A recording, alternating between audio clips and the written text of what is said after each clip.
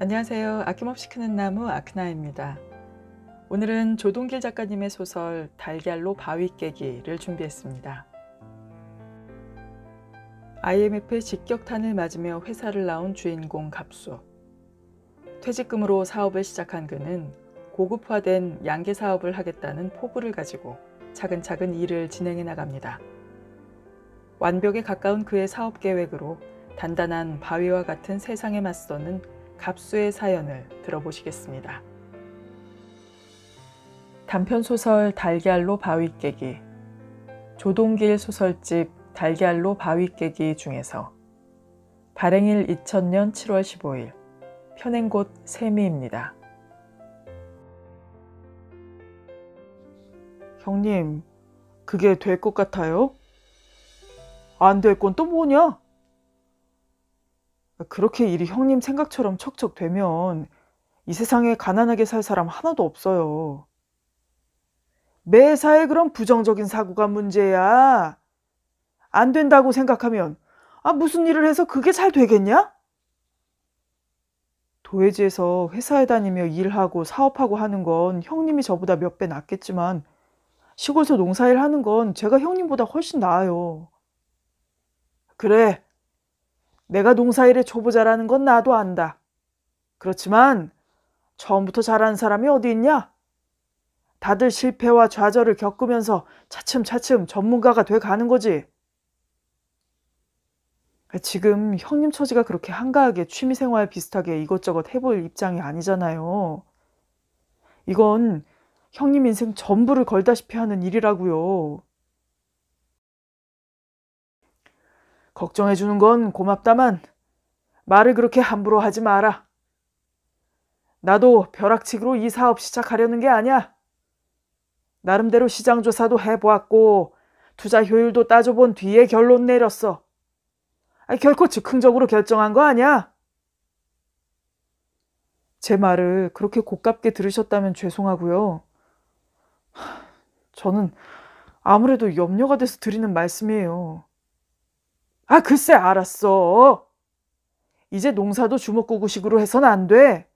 시대가 바뀌었다고. 아이디어가 문제고 정보가 문제야. 예, 저는 무식해서 그런 거 잘 모르겠지만 승산 없는 일에 거액을 투자한다는 건 아무래도 무모한 일이에요.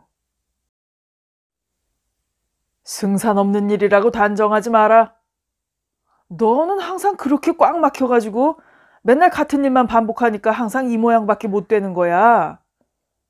발상의 전환이 필요해. 그리고 기회다 싶으면 승부수를 던져야지. 언제까지나 이렇게 살 거야?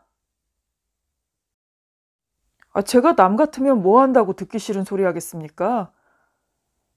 그나저나 형님의 뜻이 이렇게 확고하시니 누가 무슨 소리를 해도 소용없겠군요. 나도 이제 내일 모레면 나이가 50이다. 아마 이번이 마지막일 거야. 이제 뭘 새로 시작하겠니? 난 이 일에 내 모든 걸 걸고 여기 고향에서 남은 생을 보내려고 하는 거야. 어쩔 수 없군요. 한번 해보세요. 근데 처음부터 너무 크게 시작하는 것만은 말리고 싶어요. 차츰 경과를 봐가면서 규모를 늘려나가는 게 좋을 것 같아요. 그러다가 언제 돈을 벌겠냐? 힘에 부치더라도 아예 시작할 때 제대로 해야지. 나중에 확장하려면 시설비가 또 가외로 들어간다고. 참 형님, 참 답답하시네요. 그 분야에서 난다긴다 하는 사람들도 지금 벌렁벌렁 나가 떨어지고 있는 판이라니까요. 고지식하게 과거의 것이나 답습하고 남들 흉내만 내다가 보니까 그리 되는 게 당연하겠지. 나는 완전히 새로 시작하려고 하는 거야. 남들이 전혀 하지 않았던 새로운 방법으로 말이다. 글쎄, 그게 모험이라니까요. 모험이 아니면 새로운 세계를 개척할 수 없지. 선구자는 항상 외롭고 남의 손가락질 받기 마련이야. 형님은 언제까지 그런 도덕 선생님 같은 얘기나 하고 있을 거예요. 이건 농고 실습생들이 연습하는 게 아니라 죽느냐 사느냐 하는 문제라고요. 더 이상 듣기 싫다. 이미 나는 결심이 섰으니까 누가 뭐라고 해도 계획대로 밀고 나갈 거야. 나중에 후회하지 말고 제 말 좀 들으세요. 제가 형님보다 공부도 못했고 시골에서 농사만 지어왔지만 농촌 실정만큼은 더 잘 알고 있잖아요. 그건 형님도 인정하시잖아요. 너 혹시 내가 사업한다고 하면서 네 명의로 된 땅 도로 차지할까 봐서 겁나서 그러냐? 형님, 그런 서운한 말씀 하지 마세요. 저도 그렇게 속 좁은 놈 아닙니다. 그렇게 말씀하시면 정말 섭섭해요. 네가 상급학교 공부도 못했고 고향에서 부모님 모시고 산 건 형으로서 늘 미안하고 고맙게 생각하고 있다. 그래서 부모님 유산인 농토를 너한테 다 준 걸 조금도 서운하게 생각하지 않고 있어. 오히려 당연히 그래야 한다고 여동생들과도 기꺼이 합의한 거야. 그런데 네가 지금 내가 하려는 일을 그렇게 극구 말리는 걸 보니까 설마 하면서도 뭔가 내게 의심이 있어서 그러는 게 아닌가 이런 생각이 드는구나. 형님이 절 그렇게 보셨다면 전 정말 실망입니다. 우리 형제 사이가 언제 이렇게까지 변했습니까? 그건 절 모욕하는 말씀이에요. 안 그렇다면 왜 그렇게 쌍지팡이를 나서서 들고 말리는 거야? 말씀 다 하셨습니까? 그까지 땅되기 조금 가지고 동생을 그렇게 모욕하셔도 되는 겁니까? 을수가 화가 나서 벌떡 일어나며 큰 소리를 지르자 형인 갑수도 덩달아 일어나며 마주대들어 멱살잡이 직전까지 갔다. 그때 방문 앞에서 형제 간의 볼썽사 나온 대화를 가슴 졸이며 듣고 있던 대실댁이 문을 벌컥 열었다. 아니 야들아, 무슨 일이 났다고 형제 간의 언성들을 높이고 야다니요? 이웃들 듣겄다. 어여 이 손들 놔라. 이게 무슨 짓들이여 시방? 예기치 않은 늙은 어머니의 등장으로 그들은 붉힌 얼굴을 돌리며 돌아서야 했다. 그러나 격앙된 감정은 쉽게 풀리지 않았다. 안 주무시고 왜 나오셨어요? 별거 아니니까 어머님 걱정 마셔요. 별거 아닌 일로 한밤중에 동네 창피하게 성재간에 투디럭거리고 있어. 이 세상이 둘밖에 없는 형제간이 구신하게 지내도 모자랄 텐데 뭐가 잘못돼야서 그런다냐? 잘못된 거 하나도 없으니까 걱정 마시고 들어가 주무세요. 아이고, 정말이냐? 예, 걱정 마세요 어머니. 그래야지. 그래고 뭔가 좀 서운한 일이 있어도 성인 네가 좀 참고 그랴.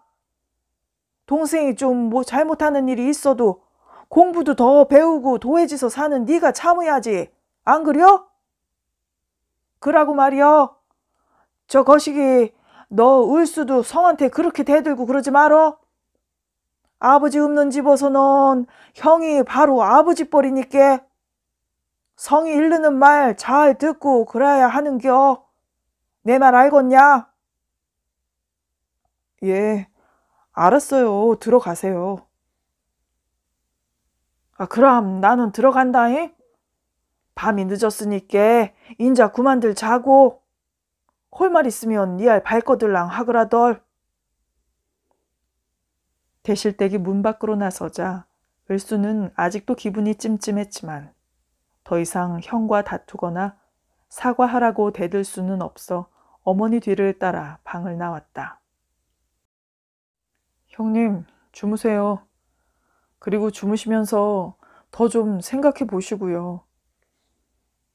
알았다. 내일 얘기하자. 갑수도 그렇게 말을 받을 수밖에 없었다. 을수는 형을 그 방에 남겨두고 아내와 아이들이 자고 있는 자기 방으로 향했다. 다음날 그들 형제는 다시 그 문제를 가지고 대화를 나누었지만 결론은 이미 나 있는 거나 다름없었다. 갑수가 만들어 가지고 온 사업계획서는 모든 것을 기정사실화해 놓고 있었고 이미 일부 계획은 시작된 뒤였기 때문이었다. 을수도 어쩔 수 없이 형의 사업 계획을 인정할 수밖에 없었다. 갑수의 사업 계획 내용은 대규모 양계장 운영이었다. 야산에 자연 방사 양계 시설을 만들고 거기에 닭들을 자유롭게 키우면서 거기서 얻은 달걀을 특화해 고가에 판매한다는 전략이었다. 개사 신축, 담장 설치, 치계 도입 등의 기반 시설 계획에서부터 운반용 차량 구입, 홍보와 판매를 위한 정보망 구축, 특수 사료 개발, 인력 배치 등에 이르는 운영 계획, 그리고 투자 자금의 투입 시기와 절차, 손익 계산, 향후 전망 등 그야말로 완벽에 가까운 두툼한 서류는 갑수의 말 맞다나 그것이 즉흥적으로 결정된 것이 아님을 말해주고 있었다. 그것을 앞뒤로 뒤적여가며 보고 또 봐도 거기에는 실패라는 만약의 경우는 그 흔적도 없었고 반드시 성공한다는 의지와 신념만이 빛으로 가득 차 있었다. 이 계획대로만 된다면 형님은 틀림없이 성공한 사업가가 되시겠군요. 될 거야. 치밀한 준비와 신념에 찬 경영에는 실패라는 게 도저히 끼어들 틈이 없는 법이지. 사람은 몇 명이나 쓰실 거예요? 상황에 따라 달라지겠지만 우선 현장 작업인부 서너 명하고 관리 및 영업 담당 직원 하나쯤은 있어야겠지. 내가 데리고 있던 착실한 사람 하나가 있는데 이번에 나하고 같이 회사에서 밀려났거든. 그 사람하고는 이미 얘기가 다 되어 있어. 거기에 설마 저를 끼워 넣으시려는 건 아니겠죠? 나야 네가 도와주면 최상의 효율이 나겠지만 넌 네 일도 있고 하니 전에 하던 대로 농사일이나 하고 내 일에는 신경 쓰지 마라. 혹시 나중에 손길 딸려서 부탁하게 되더라도 임금 꼬박꼬박 쳐주고 할 테니까 조금도 걱정할 필요 없어. 내 일 때문에 너에게 피해가는 일은 절대 없도록 할 테니까 그 점만은 안심하라고. 계란 가격은 얼마나 책정하실 참인데요? 나중에 본격적인 생산이 시작되면 그때의 시장 여건에 따라서 달라지겠지만 지금으로선 적어도 일반 달걀의 4~5배쯤은 받으려고 한다. 예? 그게 가능할까요? 우리 국민들의 생활 수준이 옛날하고는 달라. 너 신문 못 봤니? 요즘 무공해 농산물이 보통 농산물의 2배, 3배 값이 돼도 없어서 못 파는 정도라니까? 문제는 인지도를 어떻게 높이는가 이거야. 한번 소비자의 신뢰를 받게 되면 그 다음 판로는 아무 걱정 안 해도 돼. 이런 시골에서 대도시 소비자들에게 인지도를 높여서 구매까지 하도록 하려면 보통 힘들지 않을 텐데. 바로 그거야. 내가 적지 않은 물류 비용을 예상하면서도 이곳으로 내려온 것은 우리 고향의 청정한 자연 환경 때문이야. 수도권 근처는 다 오염돼 있어서 사람들이 믿지를 못해요. 시골이라는 여건이 오히려 경쟁력을 끌어올리는 데 강점이 될 수 있는 거야. 아니, 그래도 시골이라는 조건은 큰 핸디캡일 텐데. 현대는 정보화 시대야. 이미 계획에 다 나와 있잖니. 우선 인터넷에 홈페이지를 개설해서 홍보 시작하고 각 방송사에 로비를 해서 고향 관련 프로그램에 몇 차례 소개만 되면 거리라는 건 아무 문제가 되지 않아요. 찾아가서 파는 게 아니라 살 사람이 찾아오게 해야지. 물론 대규모 판매는 수도권의 대단위 아파트나 구내식당, 백화점 등의 계약 판매를 해야겠지만 일본에선 농축산물의 생산이 거의 계약제로 되고 있다고 하더라. 우리나라도 머지않아서 그런 방향으로 갈 거야. 난 생산이 주문에 미치지 못할까봐 걱정을 하게 될 것 같은 예감이 드는데 그렇게만 되면 오죽 좋겠습니까? 그나저나 달걀 이름은 뭐라고 붙이실 건데요? 지금 내가 고민하고 있는 것이 바로 브랜드야. 생각해둔 것은 있지만 아직 그건 사업상 비밀이다. 너를 못 믿어서가 아니고 그건 사업하는 사람들이 기본적으로 지켜야 할 상식이야. 저는 아직도 확신이 서지 않아서요. 뭐 지금도 말리고 싶은 심정이지만 형님이 그렇게까지 하시고 싶다는데 어쩌겠습니까? 저도 힘 닿는 데까지 도와드릴 테니까 열심히 해서 꼭 성공하시기 바랍니다. 그래, 고맙다. 말년에 너에게 폐를 끼치게 돼서 미안구나. 제 형님도 별 말씀을 다 하세요. 우리가 어디 남남이에요? 어려울 때 서로 돕고 살아야죠. 그나저나 형수님하고 조카들은 어떻게 하실 거예요? 네 형수는 아직도 반대다. 퇴직금 조금 받은 거 다 까먹고 나서 거지 될 거냐고 바가지를 긁어대고 있지. 그리고 시골로는 죽어도 안 내려오겠대. 아이들은 아직 학교 다니고 있으니까 우선은 나만 여기 있어야 할 것 같아. 혼자 계시려면 불편하셔서 큰일이네. 그 정도야 참아야지. 어머니가 계시긴 하지만 연세가 많으시니까 당분간은 네 신세를 져야 할 것 같다. 재수 씨에게 미안한 일이긴 하다만. 그런 말씀 마세요, 형님. 그리고 제 집사람 그렇게 막힌 사람 아니니 그 점은 염려 놓으시고요. 나 때문에 희생만 당해온 너에게 또 짐을 지우게 돼서 정말 미안하구나. 저야 같이 살게 되면 의주도 되고 든든해서 오히려 좋죠. 그렇게 생각해주면 더 고마운 일이지. 갑수의 양계장 시설 사업은 곧 시작되었다. 그러나 사업 시작 전에 먼저 해결해야 할 일이 적지 않았다. 군청과 면사무소, 세무서를 다니며 필요한 서류를 만들고 신고할 것은 신고하고 하는 데만도 적지 않은 시간과 비용이 들어갔다. 남의 회사 다니며 일해주고 월급만 받아오던 그로서는 자기 일 때문에 처음 겪어야 하는 그런 것들이 참기 힘들 만큼 어려운 과정이었다. 국민이 자기 땅에 자기 먹고 살 일을 하겠다는데도 이처럼 불필요한 시간과 돈이 들어가게 하는 행정체제와 시대에 대해 강한 실망감이 느껴졌다. 그렇다고 해서 무시하고 걸을 수도 없는 절차였다. 필요한 모든 절차를 마치고 시설 공사를 시작했다. 맨 먼저 야산을 끼고 있는 밭에 개사와 창고를 짓기 위해 정지 작업을 하는 일이 착수되었다.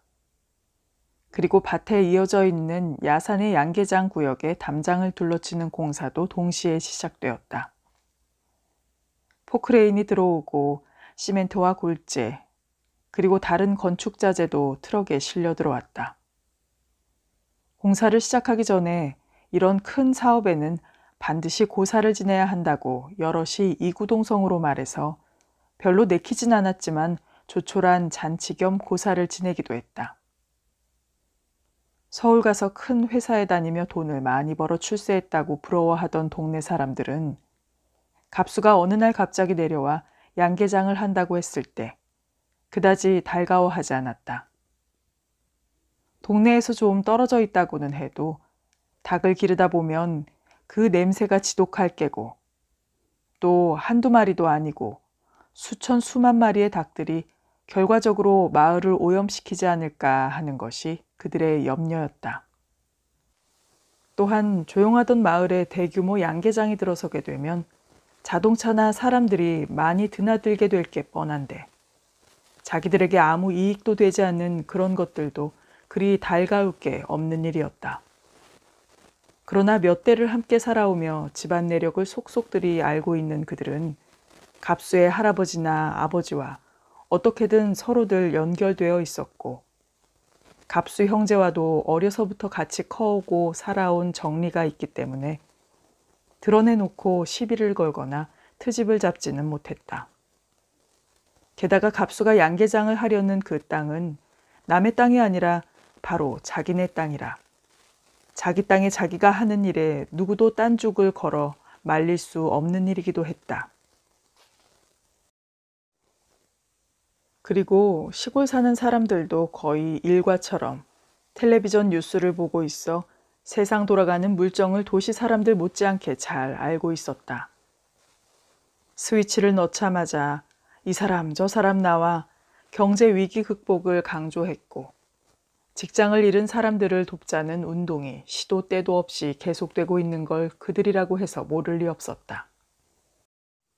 IMF인가 뭔가 하는 사태가 발생한 이후 거리에 실업자가 넘쳐나고 나고자처럼 고향으로 떼밀려 내려오는 사람도 적지 않았다.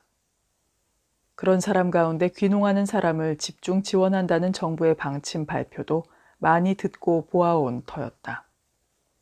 말하자면 동네 사람들에게 있어 갑수는 실직자로서 고향으로 귀농한 사람이었다. 따라서 그가 구조조정 여파로 회사를 그만두고 고향에 내려와 뭔가 새로 일을 시작하려는데 도움을 주지는 못할 망정 약간 서운한 마음이 있다 해도 그걸 겉으로 드러내기는 어려운 일이었다. 그런 사정을 잘 아는 갑수는 미리 선수를 쳐서 약간 뜨악하게 바라보는 동네 어른들에게 일일이 찾아다니며 인사를 차렸고 비슷한 연배의 친구나 선후배들에게 소주잔이나 사며 인심을 사두었다. 그래서인지 막상 공사가 시작되자 여러 사람들이 찾아와 이리저리 훈수두는 말도 해주고 갑수가 직접 대들어 하는 막리를 조금씩 거들어주기도 했다.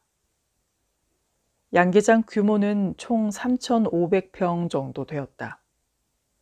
계사와 창고가 약 700평 정도고 나머지는 닭들이 자유롭게 뛰어다니며 놀고 땅도 헤집고 벌레도 잡아먹고 할 방사구역이었다.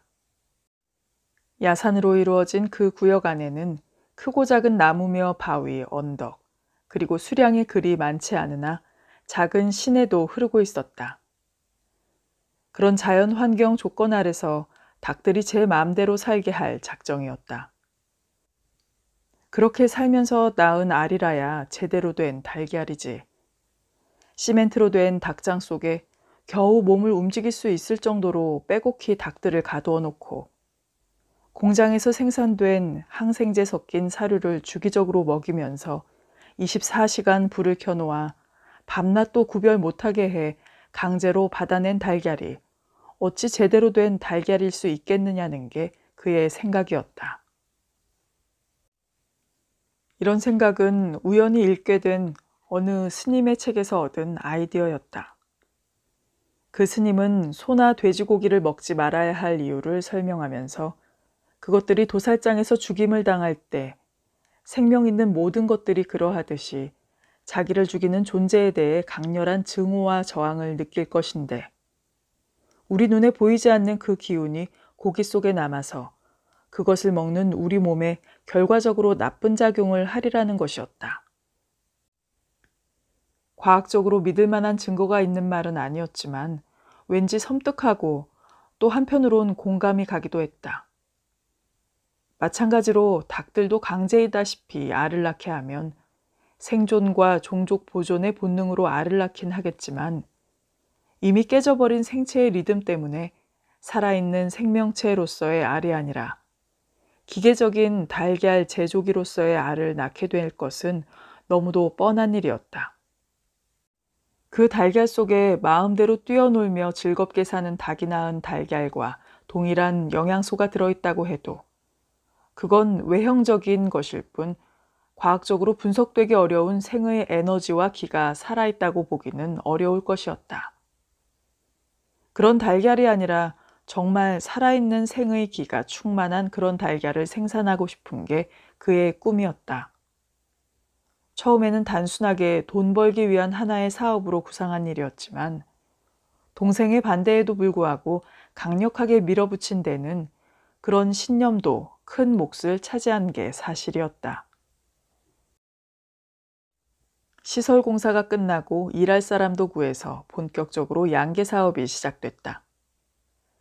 우선 부화장에서 돈을 좀 더 주고 토종닭 종자에 가까운 산란용 병아리 8,000수를 시차를 두고 2번 나누어 들여왔다. 닭의 사육은 원칙적으로 자유방임. 닭들이 하고 싶은 대로 내버려두는 방법을 쓰기로 했다. 사료도 공장에서 생산된 것은 극히 제한적으로만 주고 자체 개발한 특성화 사료를 먹이되 원칙적으로는 닭들이 스스로 먹이를 찾아 먹도록 할 예정이었다. 예전에 집에서 닭을 몇 마리씩 키울 때처럼 제가 마음대로 돌아다니면서 땅을 헤집어 지렁이도 잡아먹고 지네도 쪼아먹고 사금팔이나 모래도 먹고 싶은 대로 먹게 놔둘 참이었다.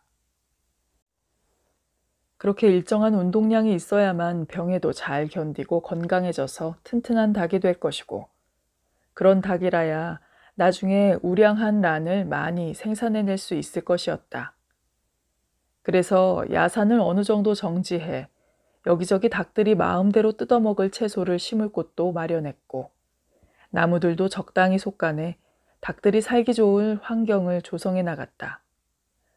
저녁에만 그것도 들어와서 잘 놈만 개사에 들어오게 하고 나머지는 야생 그대로 저희들 하고 싶은 대로 자유롭게 키울 작정이었다. 또 한 가지 그만의 독특한 구상은 닭들에게 음악을 들려주기로 한 계획이었다. 식물들도 음악을 들려주며 기르면 병충해에 잘 견디는 튼튼한 작물이 되어 수확량도 늘어나고 맛도 있다는 실험 연구 결과가 나온 걸 본 적이 있었다. 하물며 동물들은 더 말할 게 있으랴 하는 게 그의 생각이었다. 그래서 개사와 방사구역 곳곳에 방송용 스피커를 설치하고 하루에 3차례씩 서로 다른 음악을 틀어주기로 하였다.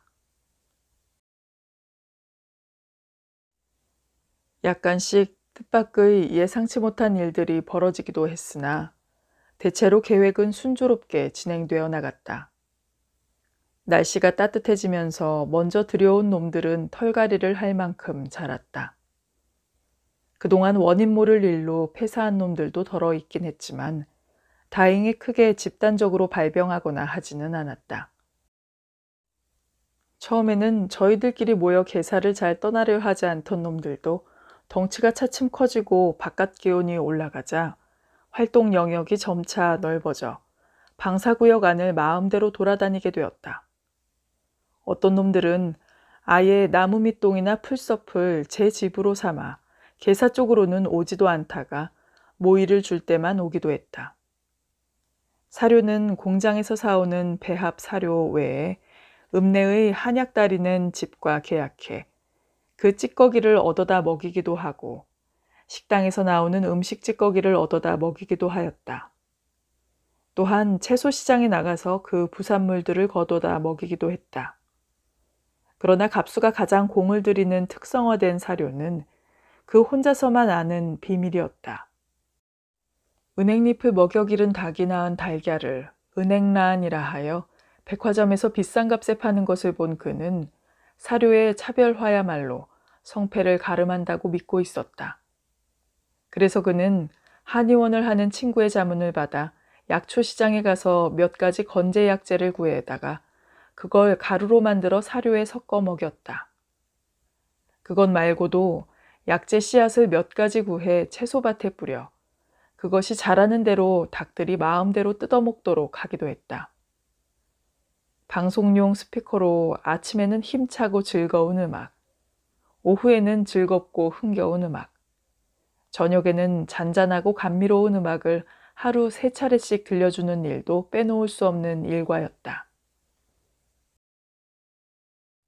닭들은 잘 자라 크고 작은 놈들이 뒤섞여 저희들끼리 서로 싸우기도 하고 제법 수컷 꼴을 갖춘 놈들은 괜히 암탉 뒤를 따라다니며 교미하는 흉내를 내기도 했다. 넓은 방사구역 안이 닭들로 가득 차고 먹이를 줄 때쯤이면 푸드덕거리며 몰려드는 것이 장관이었다. 문제는 자금이었다. 처음에 계획했던 것보다 기반시설에 더 많은 자금이 들어갔고 병아리를 사올 때쯤엔 이미 그의 수중에 여유 자금이 한 푼도 남아있지 않았다. 우선 급한 대로 울수가 보관 중이던 영농 자금을 끌어다 썼으나 그것도 곧 동나고 말았다.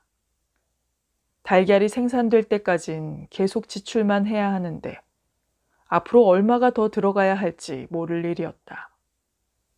서울의 아내에게 긴급 구조 요청을 해 얼마간의 돈을 가져오기도 했지만 이젠 그것도 떨어져 어렵게 되어버렸다. 읍내로 나가 금융기관을 돌아다녀 보았으나 신용대출이라는 건 꿈꾸기 어려웠다. 을수 명의로 된 얼마간의 농토는 이미 영농자금 대출을 받기 위해 농협의 담보로 들어가 있었다. 군청에 들어가 실직자를 위한 창업자금 쪽을 알아보았으나 제조업 쪽 우선이라는 말만 들어야 했다. 할 수 없이 몇몇 친지들에게 손을 벌리게 되었고 그것은 곧바로 사채가 되었다. 그러나 그것도 곧 막혀버렸다. 닭들을 굶겨 죽일 수는 없으니 고리에 진짜 사채를 쓰는 수밖에 없었다. 시차를 두고 그 뒤 몇 차례 더 들여온 닭들이 점점 늘어나고 커감에 따라 일거리는 점점 늘어나는데도 어쩔 수 없이 일꾼을 줄였다. 틈틈이 을수내외는 물론이고 늙은 모친까지 나와 일손을 도왔는데 어머니는 아예 양계장에서 살다시피 하며 그 나이에는 중노동인 일을 쉬지 않고 했다. 갑수가 아무리 말려도 내가 좋아서 하는 일이라며 듣지 않았다. 갑수도 처음과는 달리 관리직으로 채용한 김 부장과 함께 작업복 차림으로 직접 뛰어들어 일을 해야 했다. 그는 몸에 배지 않은 노동을 하느라 밤이 되면 끙끙 앓아야 했다. 그러면서도 차질을 빚은 계획을 어떻게 하면 메워나갈 것인가 하는 생각으로 편히 잠을 잘 수도 없었다. 게다가 어렵게 개발해 놓은 홍보 프로그램을 손질하고 처리하는 일은 주로 밤 시간에 해야 했는데 컴퓨터 앞에 앉아 피곤한 몸으로 홈페이지를 점검하고 자료를 업데이트 해줘야 했다. 사업 시작에서부터 현재에 이르기까지 그는 매일매일 양계장의 일을 사진을 곁들인 일기 형식으로 정리해 2, 3일 간격으로 인터넷에 띄웠다. 물론 중요한 자료는 혼자 갈무리하여 두고 공개하지 않았다. 그렇게 하다 보면 새벽 2, 3시는 보통인데 일을 마치고 자리에 눕는다고 해서 곧 잠이 오는 것도 아니었다. 여러 가지 걱정 때문에 머리가 지끈지끈 아플 정도였다. 여느 날과 다름없이 그렇게 잠을 못 이루고 뒤척이는 갑수의 방으로 을수가 찾아왔다. 형님, 요새 힘드시죠? 네가 처음에 왜 그렇게 말렸는지 이제야 조금은 알 것 같다. 그렇다고 이제 와서 포기할 순 없잖아요. 그럴 순 없지. 내가 꼭 해보고 싶었던 사업이라는 포부도 있지만 자존심이라는 게 있잖니. 중도에 그만두는 건 투자 자금을 날리는 것보다 내 자존심에 더 큰 손상을 줄 테니까 말이다. 애초에 대안 마련이 소홀했던 것 같아요. 계란이 생산될 때까지 계속 투자만 해야 한다는 계획 자체가 무리였던 거 아닐까요? 그래, 내가 너무 쉽게 생각했던 것 같다. 생산 시기까지의 공백을 메울 프로그램이 없었어. 형님, 요즘 사채 많이 쓰셨죠? 아니, 네가 그걸 어떻게 아니? 저라고 왜 눈치가 없겠어요. 형님이 아무리 숨기시려고 해도 옆에 있는 제가 그만 정도야 모르겠습니까? 너니까 말이지만 요새 정말 힘들다. 퇴직금 은행에 넣어놓고 이자만 가지고도 살 수 있다던 네 형수 말도 진정으로 말리던 네 말도 무시하고 고집 피우면서 이 일에 대든 게 후회도 많이 되고 그렇다고 지금 여기서 그만둘 수도 없는 노릇이고 그야말로 빼도 박도 못하는 진퇴유곡이야. 잘못되면 이제까지 이뤄놓은 곳 고스란히 채권자들에게 톡톡 털어서 다 바치게 될지도 몰라 불안하기도 하고 말이야. 설마 하니 그럴 리야 있겠습니까? 힘내세요. 여기서 무너지는 건 형님답지 않아요. 그래, 하다 보면 길이 있겠지. 제가 힘이 되어드리지 못해 죄송합니다, 형님. 에이, 무슨 소리. 넌 할 만큼 다 했어. 근데 도대체 지금까지 쓰신 사채가 얼마나 되고 앞으로 더 들어가야 할 자금은 얼마나 되는 겁니까? 계란이 생산되려면 적어도 2달은 더 버텨야 하는데 정말 큰일이다. 이제 마지막 남은 건 서울에 집 한 채뿐이야. 잘못하면 식구들 거리에 나앉을까 봐 그것만은 절대로 손대지 않으려 했는데 빚을 얻어서 빚 이자를 갚아야 하는 처지까지 됐으니 논을 좀 팔면 될까요? 그건 안 되지. 아버지가 어떻게 해서 마련하신 논인데. 잡술 것 안 잡숫고 머슴살이한 세경 모아 사신 거라는 거 저도 잘 알아요. 하지만 형님이 파산하실지도 모르는 판에 제가 그냥 있을 수 있습니까? 나중에 돈 벌어서 다시 사면 되지요.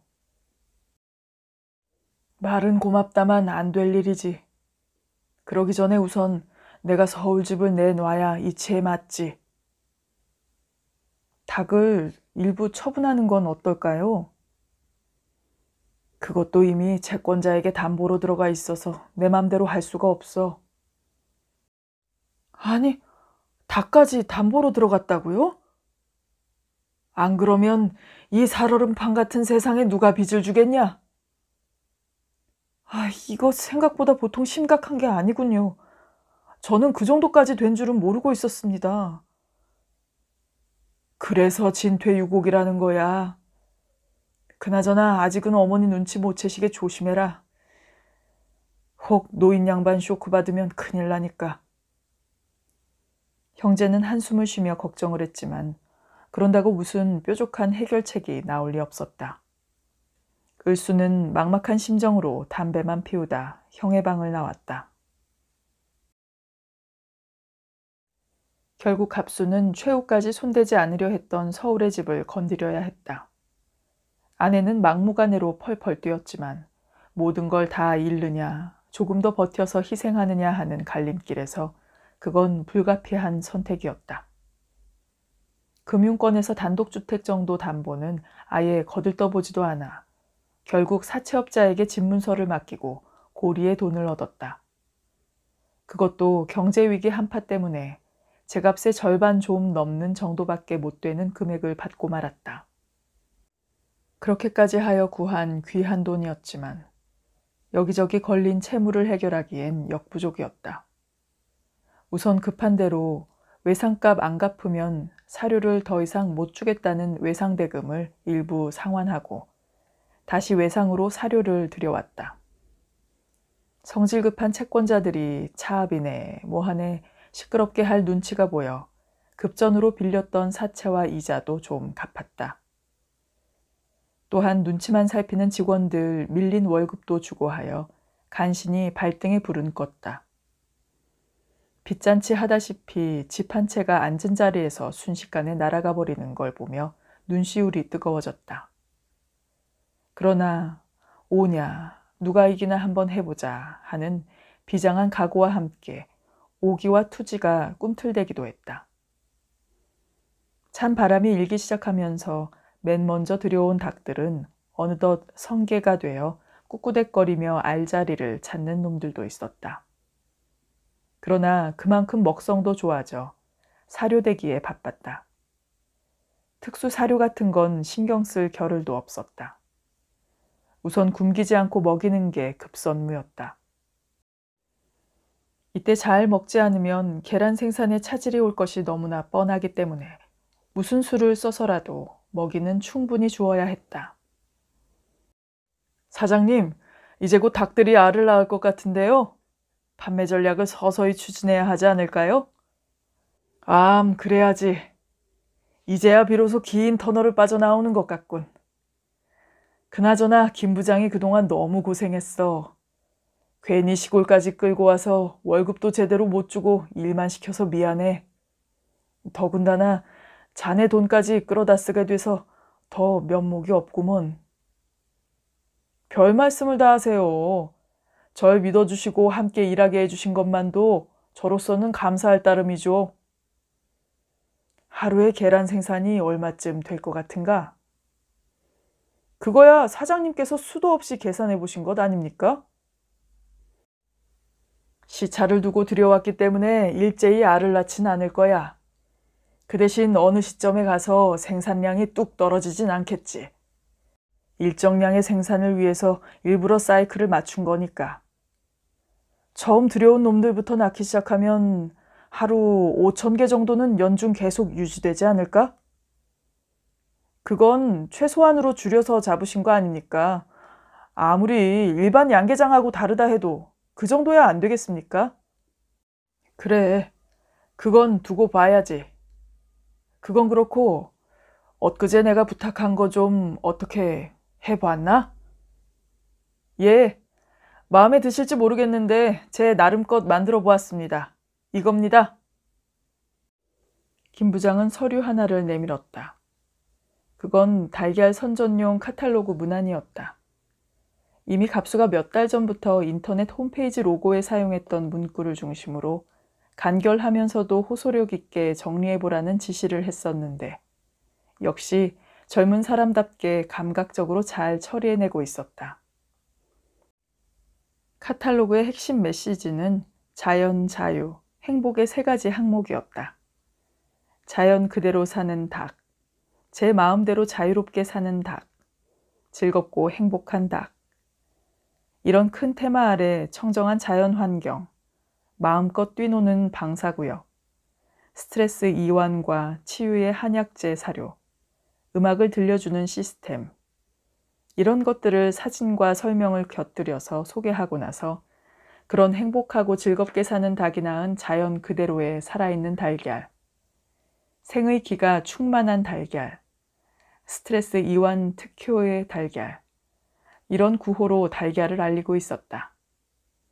그런 달걀의 이름은 갑수가 처음부터 계획했던 대로 NSE라는 브랜드를 달고 있었는데 그것은 스트레스가 없는 달걀이라는 뜻이었다. 그렇게 이름을 붙인 까닭은 기존의 일반 양계장 닭들이 엄청난 스트레스를 받으며 달걀을 낳고 있다는 것과의 차별성과 함께 현대인의 건강을 지키고 스트레스를 이완한다는 이중적인 의미를 담고 있었다. 됐어. 이 정도면 우선 호기심과 건강에 대한 욕구로라도 구매 의욕이 생기겠지. 요즘 돈 품께나 있다는 사람들, 건강과 정력이라면 되게 껌뻑들 죽잖아. 이대로 인쇄에 넘기라고. 닭들이 첫 번째로 낳은 달걀을 걷어들이며 갑수는 목이 메어 눈시울을 붉혔다. 그동안 얼마나 노심초사하며 가슴을 졸였던가. 안과 바깥에서 조여오는 온갖 압력과 불길한 상상에 얼마나 가슴이 탔던가. 그러나 이제 그 험난한 고개를 모두 넘긴 것이다. 어머니의 눈물겨운 희생, 자신을 이해 못하는 아내에 대한 섭섭함, 은근히 보내지던 동네 사람들의 모멸감, 처음에는 반대했지만 최후까지 힘이 되어준 동생에 대한 고마움, 채권자들의 표변에 가까운 비정한 인심, 불신 가까이까지 갔던 직원들의 눈길, 그런 것들이 금방 나아 막 손에 쥔 따스한 달걀의 온기 속에 스르르 녹아내리고 있었다. 닭들은 주로 개사 안에 알을 낳는 놈들이 많았지만 어떤 놈들은 그동안의 야생생활 기질을 발휘해 사람들 눈에 안 띄는 으슥한 곳에 몰래 낳기도 했다. 그걸 걷어들이려면 몇 배의 인력이 더 들어가야 했다. 직원은 물론 온 식구가 다 동원되고도 일당 일꾼을 몇 명을 더 쓰지 않으면 안 되었다. 그렇게 해서 창고 안에 차곡차곡 달걀이 쌓여가는 걸 보며 갑수는 추수한 곡식을 갈무리하는 농부처럼 흐뭇한 웃음을 감출 수가 없었다. 그야말로 이젠 고생 끝, 행복 시작이구나 그런 기분이었다. 최소한 하루에 5,000개라. 5,000개에 500원씩이면 250만 원.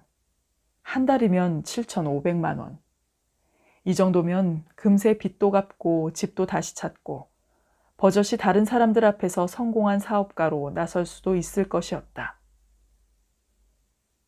그러나 갑수의 그런 달콤한 꿈은 김 부장이 서울 출장에서 돌아오며 차갑게 가라앉기 시작했다. 카탈로그를 가방 가득 넣어가지고 유명 백화점과 대형 유통업체를 찾아 나섰던 김 부장은 거짓말 같게 한 건의 계약도 성사시키지 못하고 초췌한 얼굴을 한 채 빈손으로 돌아왔다. 그 역시 잘 믿어지지 않는다는 표정이었다. 아니 그래, 뭐가 문제였던 것 같아? 역시 가격이고요. 그 다음은 기존 업체들의 강인한 저항이죠. 아니, 다른 물건과의 차별성을 설명했는데도? 물론이죠. 어떤 곳에서는 가격은 인정하면서도 사회 분위기상 너무 고가라 망설이고요. 어떤 곳에선 경제 여건이 좀 호전되면 좋은 상품이 될 거라면서 아직은 시기상조니 다음을 기약하자 하고요. 선뜻 나서지를 않더라고요. 역시 시기가 좋지 않았다 그 말이지. 네, 희망이 있었다면 반응이 괜찮았다는 거죠. 우리의 전략과 방향은 잘 설정됐다는 걸 많은 사람이 인정하더라고요. 그야 당연한 얘기고, 문제는 당장 판로가 없다는 거야. 자연 상태로 생산된 저 달걀들을 오래 보관할 수가 없으니 생산과 판매가 대강 균형을 이루어야 하는데 창고에 쌓아놓기만 하면 어떻게 되겠어? 자금 회전 때문에도 그렇지만은 보관 문제 때문에도 제때에 출하를 해야 하는데. 제가 서울에서 전화드린 것처럼 아파트 단지에 전단 살포도 하고 방송 프로그램 섭외도 해보고 해야 하지 않을까요? 그동안 노력해봤지만 어떻게 된 놈들이 성공한 사람 위주로만 방송 아이템을 잡으니 나 같은 사람에겐 기회가 오질 않아. 인생에 얼마나 드라마 같은 고생과 실패를 많이 했고 지금 돈을 얼마나 많이 벌고 있고 뭐 그런 것에만 비중을 둔다니까. 그럼 가격을 조금 조정하는 건 어떨까요? 그건 신중히 해야지. 기분으로 정한 게 아니고 생산 원가와 마진을 고려해서 고심 끝에 결정한 거니까.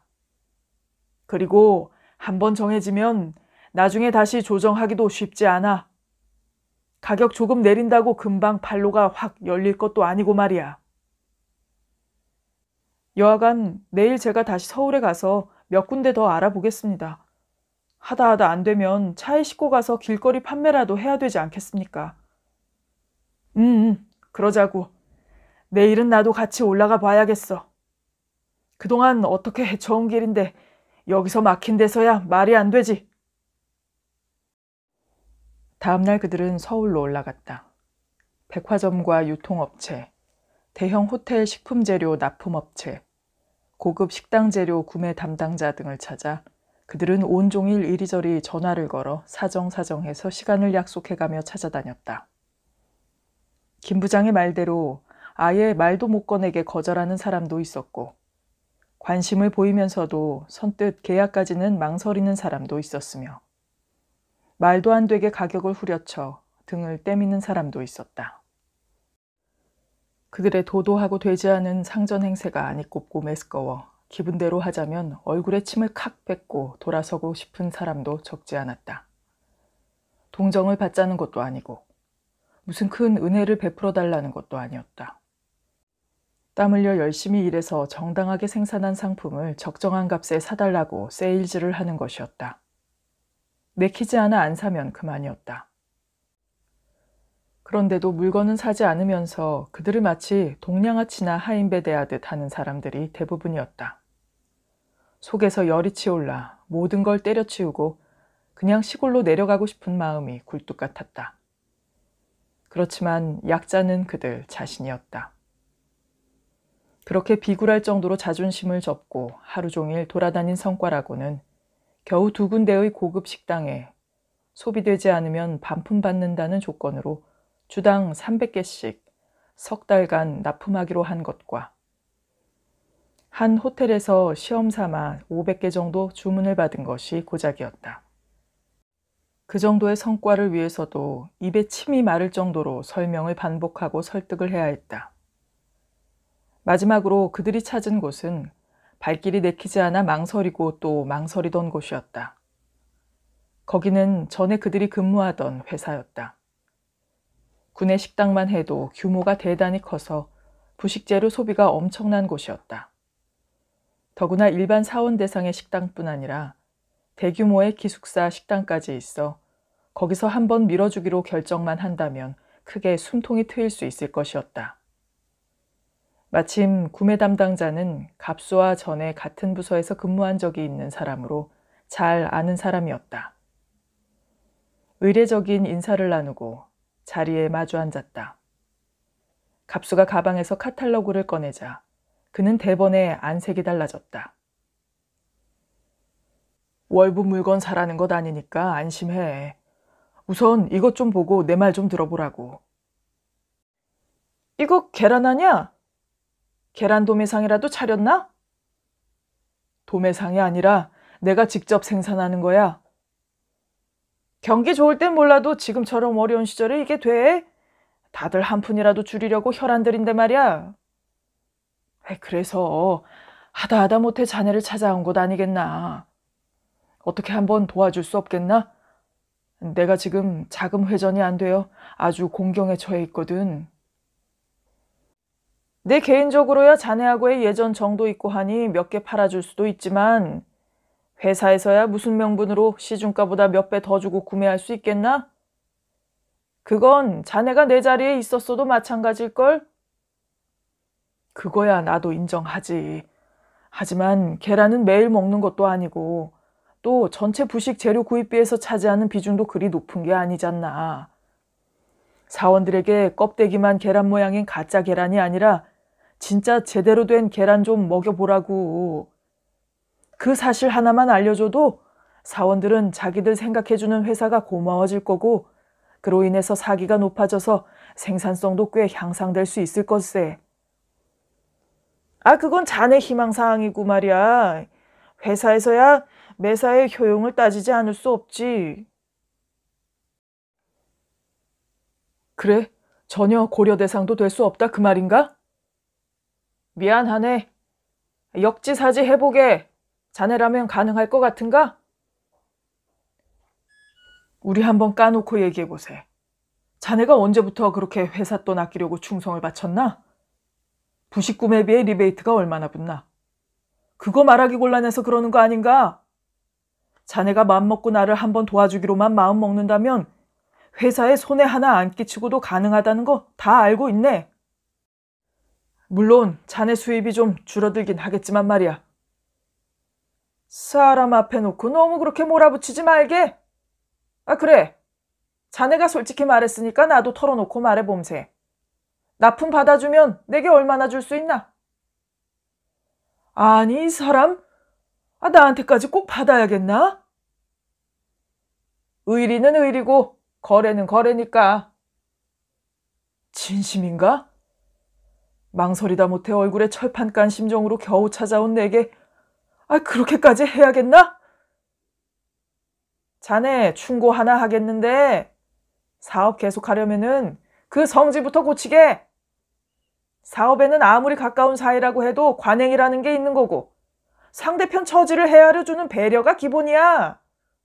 약자는 그쪽 아닌가? 알겠네.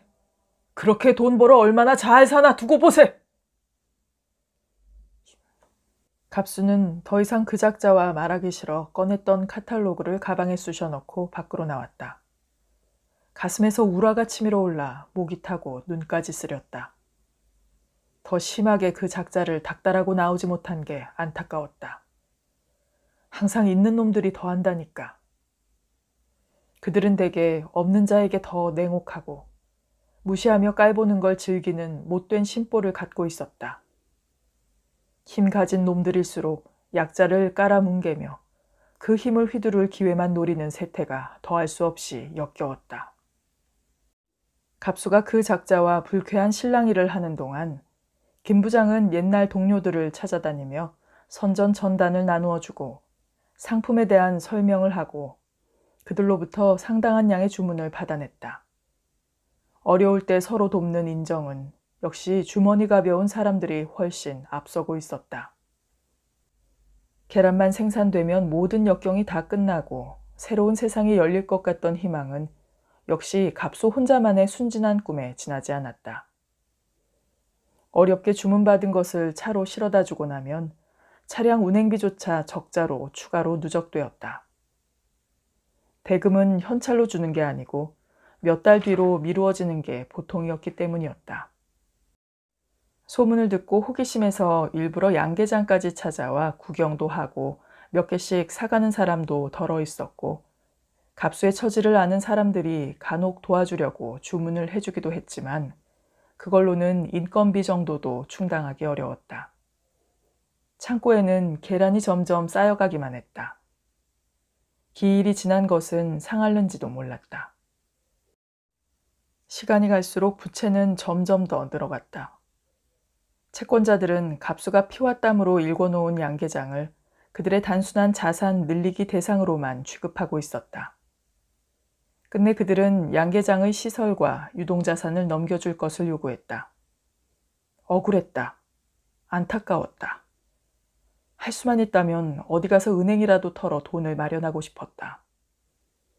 그래서 채권자들의 얼굴에 그 더러운 돈을 뿌리며 욕을 해주고 싶었다. 이 지경까지 자신이 초라해지고 못났던가 하는 자괴지심에 모든 걸 다 때려부수고 끝장내버리고 싶은 자포자기적인 생각도 꿈틀거렸다. 그까짓 닭들도 다 불질러 죽여버리고 어디론가 헐헐 떠나 모든 걸 끝내고 싶다는 생각도 들었다. 있는 정성과 노력을 다 퍼부어 키워온 닭들. 온갖 수모를 다 참으며 간신히 갖춰놓은 양계장. 소신과 신념으로 성취하고야 말겠다던 사업. 그런 것들이 이제 모두 한낱 물거품으로 쓰러지려고 하는 것이었다. 그처럼 현실은 냉혹하고 싸늘했다. 그의 기분과는 아무 상관없이 채권자들의 압박은 비수처럼 그의 몸 깊은 곳까지 서서히 박히고 있었다. 결국은 채권자 대표에게 부지를 제외한 양계장의 시설과 닭을 포함한 유동자산 일체를 양도한다는 각서에 도장을 찍어주고 말았다. 허탈했다. 겨우 이렇게 되자고 1년 가까이 그 발버둥을 쳤던가. 가까운 사람들에게 못할 짓 해가며 버텼던가. 이제 그 모든 게 끝났다고 생각하니 나중에야 어찌 될 망정 홀가분하기도 하고 한편으론 부채의 압박에서 벗어났다는 해방감이 들기도 했다. 수천 길 절벽에서 마지막으로 나무 뿌리를 잡고 있던 손을 놓아버리면 그 순간 새로운 세상이 열릴 거라는 불가의 가르침이 어쩌면 맞을지도 모른다는 생각이 들기도 했다. 해가 지고 있었다. 매일 다니던 길이었지만 이제 남의 손으로 넘어갔다고 생각하니까 모든 게 새삼 새롭게 보였다. 언덕 위에는 달걀을 걷어오기 위한 플라스틱 바구니가 나뒹굴고 있었다. 바구니를 주워들다 옆을 보니 썩은 나무 둥치 아래 풀섭에 달걀 몇 개가 숨어 있는 게 보였다. 습관처럼 그는 달걀을 바구니에 주워 담았다. 그 옆으로 돌아가자 황토 흙바닥을 움푹 파고 알을 낳은 후에 볏짚을 물어다 가려놓은 것도 있었다. 그것도 주워 담았다. 그 바구니를 들고 길을 내려오는데 이제 껍질만 남은 것 같은 자신의 몰골이 처량해져 불현듯 눈물이 솟아 흘러내렸다. 그 눈물로 인해 시야가 흐려졌다. 눈물 때문인지 길 옆에 솟아있는 바위가 이상하게도 움직이는 것 같은 착각이 들었다. 멈춰서서 똑바로 노려보자 그건 점차 사람 얼굴 형상으로 바뀌어갔다. 어머니 얼굴이 되었다가 아내 얼굴이 되기도 하고 동생 얼굴이 되었다가 김 부장 얼굴로 보이기도 했다.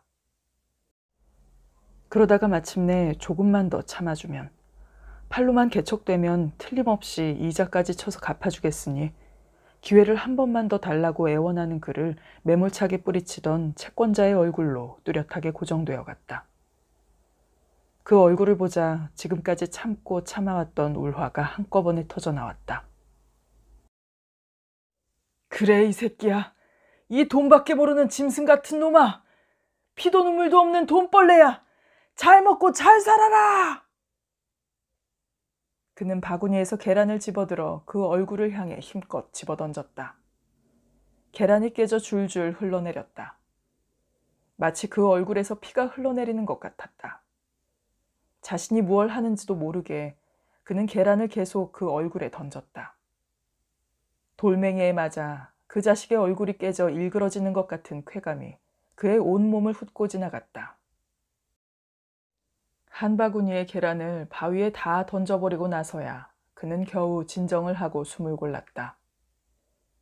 바위는 온통 계란 내용물로 칠갑이 되었고 그 아래 발치엔 계란 껍질이 수북히 쌓여 있었다. 그는 흐르는 눈물을 훔치며 언젠가 반드시 이 치욕을 말끔히 씻어버리리라 이를 악물었다. 몇 달이 지났다.